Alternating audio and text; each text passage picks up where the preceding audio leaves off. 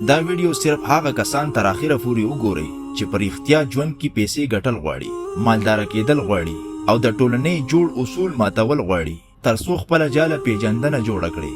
څلور داسې بد عادتونه دي یا داسې اصول دي چې تاسو به هیڅکله مالدار کېدو ته نه پرېږدي. په دې ویډیو کې به موږ هم هغه څلور عادتونه درته بیان کړو. که ته په رښتیا مالدار کېدل غواړې، که ته غواړې د غریبۍ د منځنۍ طبقې نه وځې او لوی مقام ترلاسه کړې، نو د دې ویډیو یو ټکی تر اخره پورې په غور واوره او بیا د ځان نه پوښتنه وکړه، آیا دا عادت په ما کې شته که نه؟ که شته نو زر تر زره تې ځان خلاص که ته پیسې ګټل غواړې.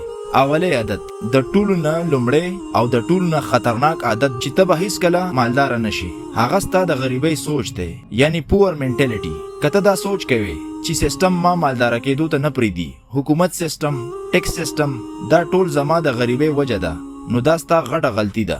اصل مسله دا نه ده، اصل مسله ستا سوچ دی چې ته نور خلک ملامته کوي. هم دا سوچ تا مالدار کېدو ته نه پرېږدي. نن دنیا یو ګلوبل ویلج جوړ شوی دی. نن د پیسو ګټلو موقع ډېرې دي چې تاریخ کې مخکې هیڅکله نه وي. نن ته په کور ناست آنلاین کاروبار کولی شي، خپل پروډکټ خرڅولی شي، یوټیوب چینل جوړولی شي او داسې سل نورې لارې هم شته. خو بیا هم که ته غریب یې، نو وجه حکومت نه دی بلکې ستا خپل سوچ دی. کله چې د پیسو خبره کیږي، غریب انسان ښه په غور اوري، خو چې د عمل وخت راشي نو سمدستي شاته کیږي. وایي په پیسو سکه ټول هم دلته پاتې کیږي، قبر ته خو پیسې نه ځي، ژوند خو واسم تیریږي، خو ټوله ورځ په خپله په پیسو پسې ګرځي. دا خبرې یوازې د ځان د تسلی دپاره کوي. له دې غریب سوچ نه زر وځه، که نه دا به د بیمارۍ په شان زیاتیږي او ستا اولاد ته به منتقل شي.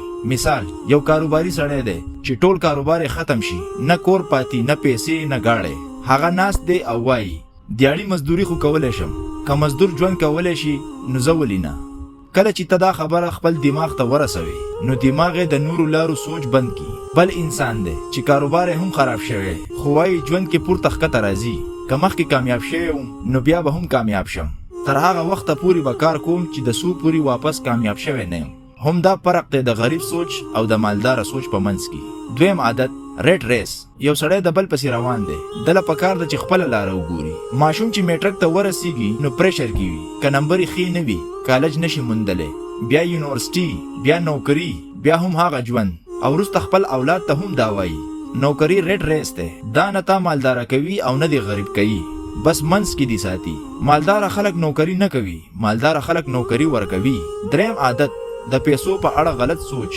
ځینې خلک وایي مالدار انسان سکون نه لري، مالدار د خدای نه لري وي. دا ټول د ځان د تسلی خبرې دي. ته هر څه د پیسو دپاره کوې، کار، نوکري، اوور ټایم، هر څه. بیا د شپې وایي پیسې مهمې نه دي. هم دا سوچ تا مالداره کېدو ته نه پرېږدي.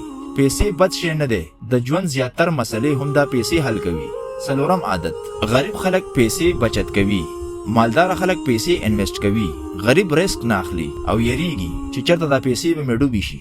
مالدار خلک پوهیږي چې پیسې انویسټ کو نو نورې ګټي، نو ځکه انویسټمنټ کوي او بیا پیسې د هغه دپاره کار کوي. سیوینګ کې پیسې هر کال د ګرانۍ د وجې کمیږي، یعنی ډي ویلیو کیږي. آخري خبره، که مالداره کېدل غواړې نو پیسې انویسټ کا، یوازې سیوینګ مه کوه. امید لرم دا ویډیو به م خوښه شوي وي. خپل خیال ساته او د خپلو خلکو هم د الله په امان.